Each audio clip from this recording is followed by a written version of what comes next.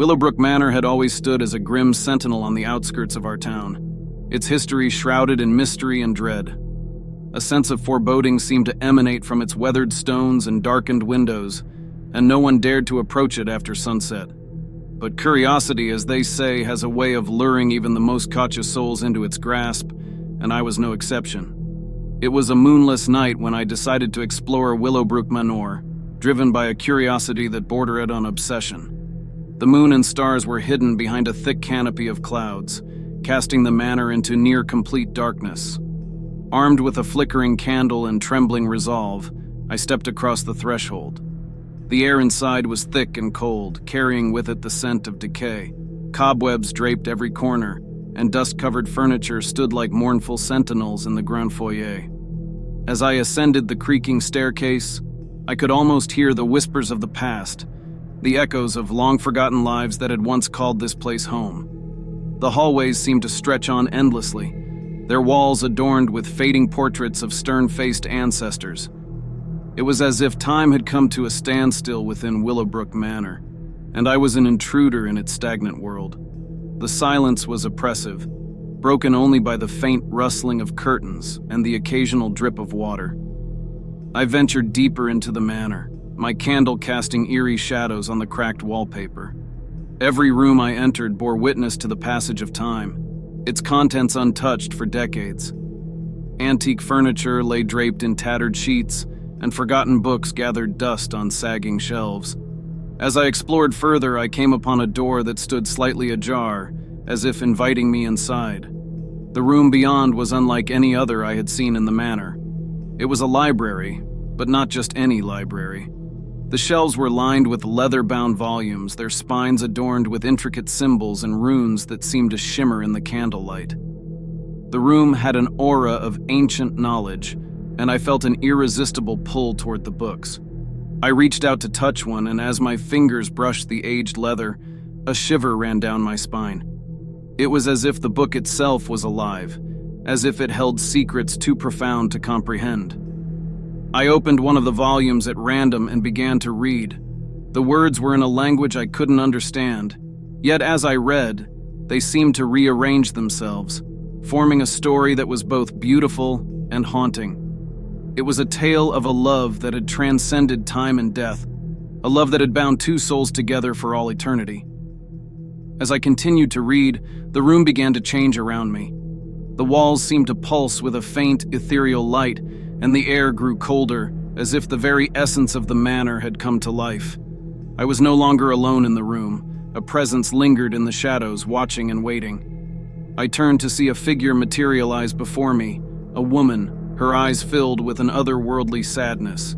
She was dressed in a gown that seemed to be made of moonlight itself, and her presence was both mesmerizing and unsettling. She extended a hand toward me, her voice a whisper on the edge of perception. "Join me," she said, her words a haunting melody. "Join me in eternal love."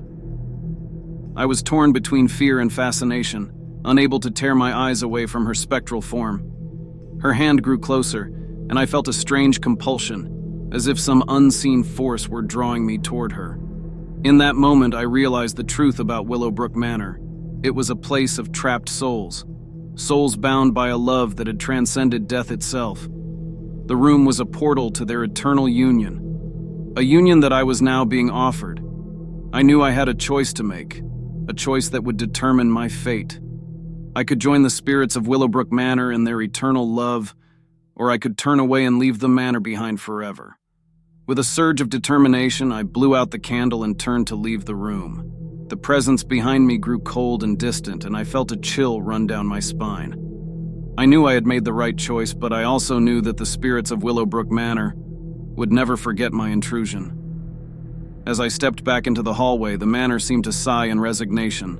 The darkness closed in around me, and I knew I had escaped a fate worse than death. Willowbrook Manor would forever remain a place of haunted love, a love that would never release its hold on those who dared to enter its forsaken halls.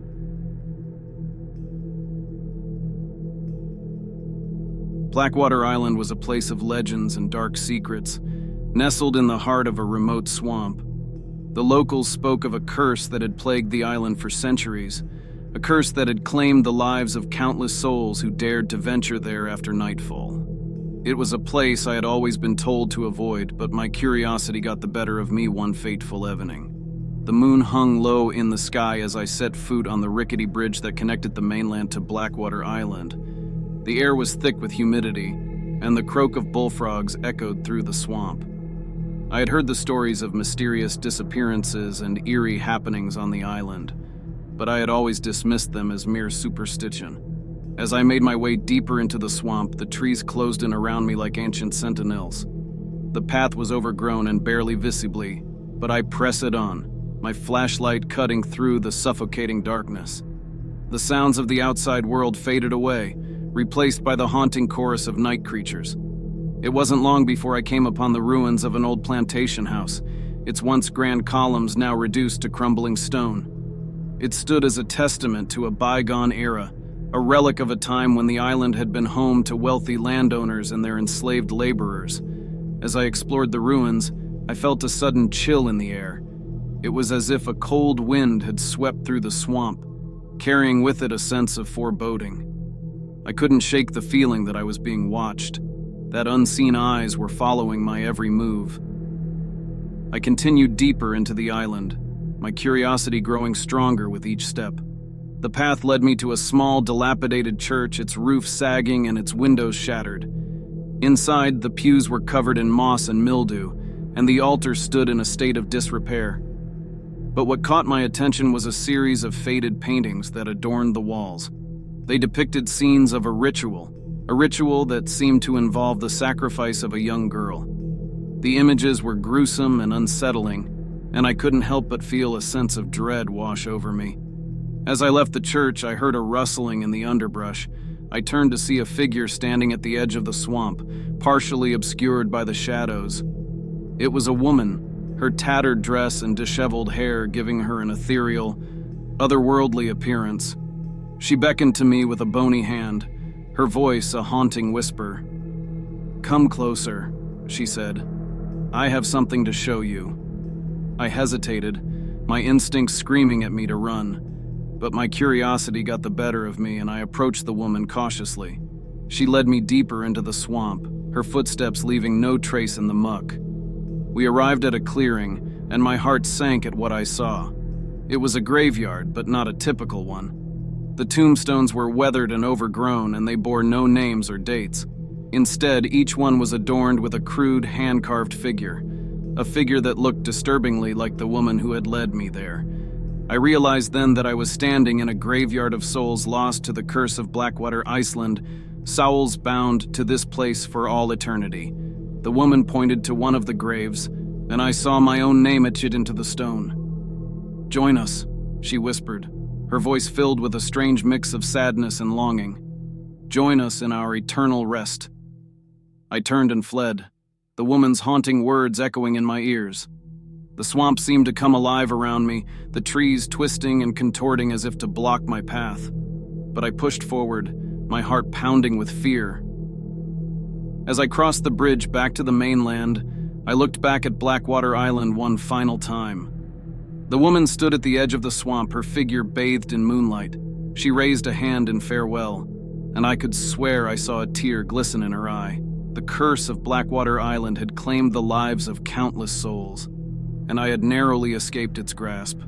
But the memory of that haunting encounter would stay with me forever, a reminder that some legends are born of dark truths, and that there are places in this world best left unexplored.